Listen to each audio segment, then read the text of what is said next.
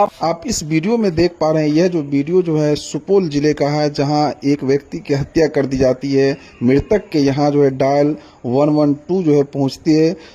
ग्रामीण जो है बौखला कर गुस्सा कर जो है 112 की गाड़ी पर आप देख पा रहे हैं किस तरह जो है हमला कर दिया, पूरी तरह जो है गाड़ी क्षतिग्रस्त कर दिया।